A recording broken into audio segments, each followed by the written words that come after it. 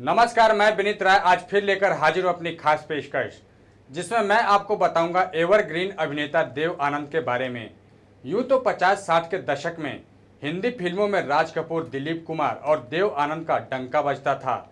दिलीप कुमार गंभीर रोल के लिए ट्रेजेडी किंग थे, तो चार्ली चैपलिन बड़े दिल का छोटा आदमी जैसे किरदार राज कपूर के नाम था। लेकिन रोमांस, टाइटल और दिलकश पर्सनैलिटी के लिए जो नाम सिर्फ और सिर्फ अकेला उभरा था वो था देव आनंद। देव आनंद के लाखों दीवाने थे और देव आनंद की एक एक अदा पर आहें भरती थी हसीनाएं। देव आनंद खुद भी कई हसीनाओं के आशिक रहे हैं, लेकिन सबसे लंबी आशिकी उन्होंने अपनी निभाई अपनी ज़िंदगी से। 26 सितंबर को देव साहब का जन्म हुआ था और उनके जन्मदिन के मौके पर आज हम आपको बताएंगे देव आनंद की कुछ ऐसी ही दिलचस्प कहानियों को जिसे जानकर आप भी हैरान रह जाएंगे। देव आनंद का असली नाम धर्मदेव दत्त पिशोरीमल आनंद था और देव आनंद का जन्म 26 सितंबर 1923 को पंजाब में हुआ था और उनके घर का नाम चीरू था। आपको ये जानकर हैरानी होगी कि देव आनंद ने अपनी कैरियर की शुरुआत 85 रुपये की तनख्वाह पर एक कंपनी में अकाउंटेंट की नौकरी के साथ की थी।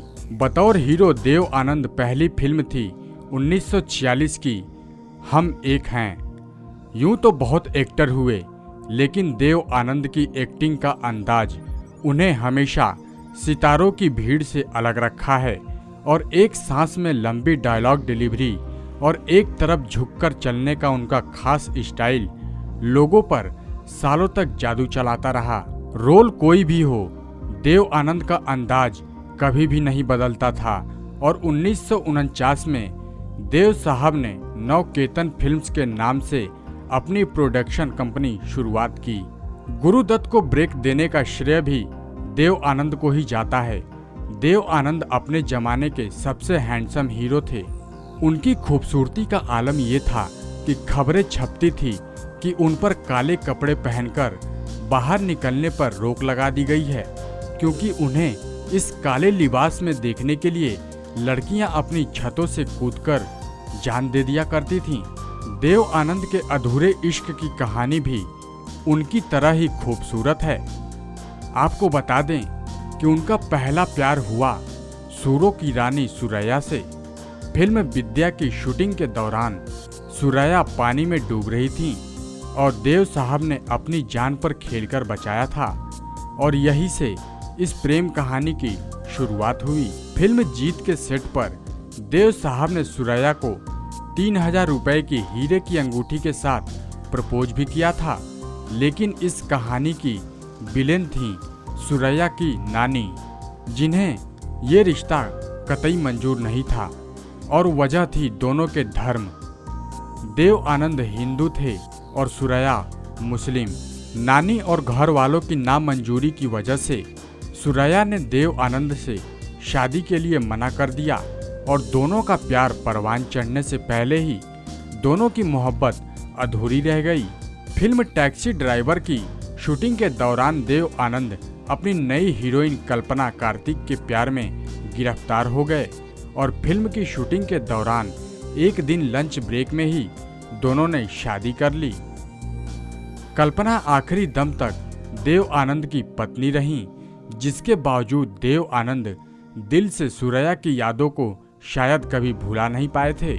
उन्होंने अपनी बेटी का नाम भी देवीना रखा था, जो कभी देव और सुरैया ने अपनी बेटी के लिए सोचा हुआ था।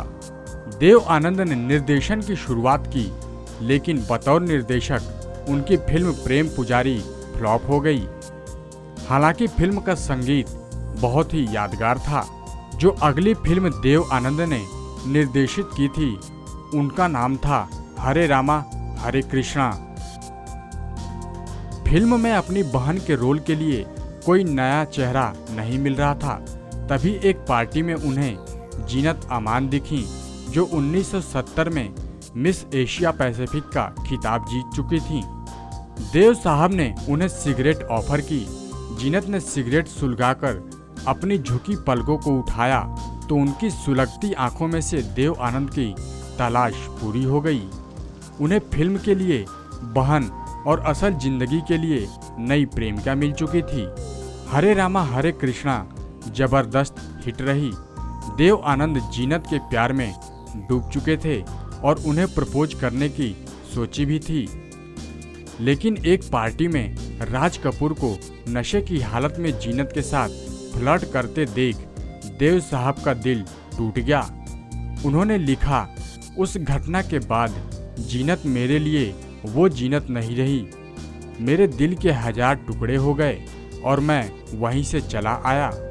हम आपको बता दें कि 31 जनवरी 2004 को 74 साल की उम्र में सुरैया का निधन हो गया।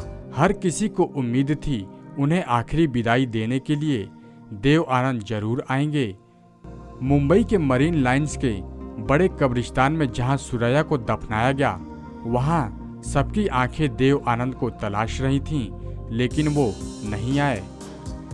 देव आनंद जितने रोमांटिक फिल्मी पर्दे पर रहे, उतना ही रोमांस उन्होंने निजी जिंदगी में भी किया।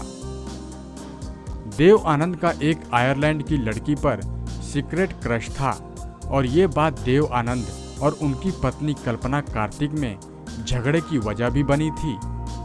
देव आनंद की तेज यादाश्त के किस्से बहुत मशहूर हैं और कहा जाता है कि अगर एक बार देव साहब किसी से मिल लें तो वो उस शख्स का नाम कभी नहीं भूलते थे।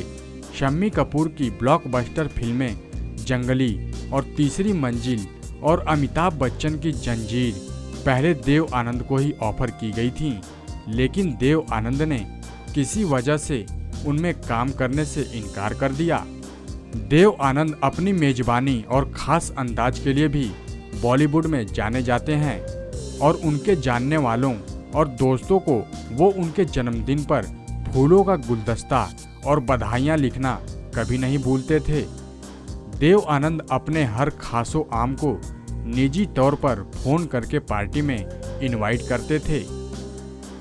देव साहब की जैकेटों का कलेक्शन भी देखने लायक था। उनके पास 10-20 नहीं बल्कि पूरे 800 जैकेटों का कलेक्शन था और उनके पसंदीदा रंग येलो, ब्राउन और ब्लैक थे। देव आनंद सप्ताह में एक बार लाल रंग भी जरूर पहनते थे।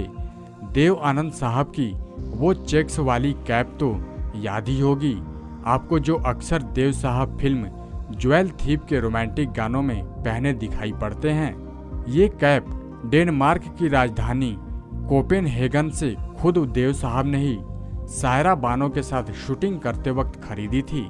खास बात ये रही कि कई दशक बाद जब film written of jewel thief बनी तो देव आनंद इसमें यही कैप पहने थे। देव आनंद की फिल्म गाइड न सिर्फ बॉलीवुड बल्कि विदेशों में भी मशहूर हुई थी, लेकिन कम लोग जानते हैं कि इसे हिंदी के साथ साथ अंग्रेजी में भी बनाया गया था। लेकिन अंग्रेजी फिल्म द गाइड बुरी तरह फ्लॉप रही। वहीं उनके भाई विजय आनंद द्वारा निर्देशित गाइड बेहद कामयाब रही और कई अवार्ड भी जीते। देव आनंद ने बॉलीवुड को कई हसीन और प्रतिभाशाली कलाकार दिए हैं। टीना मुनीम, जैकी श्रॉफ, ऋचा शर्मा और तब्बू जैसे सितारों और संगीतकार राजेश रोशन ने अपनी फिल्मी कैरियर की शुरुआत देव आनंद की बनाई फिल्मों से ही की है। देव आनंद ने 3 दिसंबर 2011 को 88 की उम्र में दुनिया को अलविदा कह दिया। देव आनंद सिनेमाई पर्दे के वो बेमिसाल जादूगर थे जिन्होंने मुंबई की रंग बिरंगी दुनिया का माया कायम रखी थी और सदाबहार या एवरग्रीन जैसे उनके नाम के साथ ही जुड़ गया था। एक बार देव साहब ने कहा था कि मैं सिनेमा में सोता हूँ, सिनेमा में जागता हूँ और सिनेमा ही मेरी जिंदगी है। मैं मरते दम तक सिनेमा की वजह से ही जवान रहूँगा और वो इसे साबित भी कर गए। हम आपको बता दें कि उनके स्टारडम की कहानी भले ही ब्लैक एंड वाइट के दौर में शुरू हुई थी, लेकिन उनकी जिंदगी में रंगों की कभी कमी नहीं रही। तो दोस्तों, आज देवानंद के बर्थडे पर हमने आपको बताया उनकी जिंदगी से जुड़े कुछ दिलचस्प बातों को और देव साहब को जन्मदिन पर और उनको और उनकी अदाकारी को हमारा सलाम है। हिंदी सिनेमा में अपने खास अंदाज के लिए जाने जाने वाले अभिनेता धर्मदेव आनंद उर्फ देव आनंद साहब का आज जन्मदिन है। वो एक ऐसे हीरो रहे हैं जो वक्त के हिसाब से नहीं बल्कि अपने हिसाब से सिनेमा के समय को ढाल लेते थे। और कहते हैं कि जब वो मुंबई आए थे तो उनकी जेब में सिर्फ 30 रुपए थे, जिसके बाद उन्होंने अपनी मेहनत और काम के प्रति निष्ठा से इन 30 रुपए को लाखों में बदल दिया। हमने आपको देव साहब के जीवन से जुड़े ऐसे ही कुछ पहलुओं से रूबरू करवाया है। देव साहब की हिट फिल्म काला पानी में उन्हें काले रंग का कोट पहनने से रोक दिया गया था, क्योंकि काले रंग के कोट में वो इतने हैंडसम लगते थे कि कहीं लड़कियां उन्हें देखकर छत से ना कूद जाएं। फिल्म विद्या की शूटिंग के दौरान ही उन्हें सुरैया से प्यार भी हुआ था और फिल्म के गाने किनारे किनारे चले जाएंगे में दोनों नाव पर सवार रहते हैं और नाव डूब जाती है। हीरो की तरह देव आनंद सुरैया को बचाते हैं और उसी वक्त उन्होंने सुरैया से शादी करने का फैसला भी कर लिया था। देव साहब ने उन्हें फिल्म के सेट पर 3000 रुपये की एक अंगूठी देकर प्रपोज भी किया, लेकिन सुरैया की नानी इस शादी के खिलाफ थीं और नतीजा ये हुआ कि सुरैया सारी उम्र कुंवारी रही थीं। तो दोस्तों, आज के लिए बस इतना ही। हम फिर हाजिर होंगे अपने अगले प्रोग्राम में। तब तक के लिए देखते रहिए नेक्स्ट 9 न्यूज और अब हमें इजाज़त दीजिए। नमस्कार।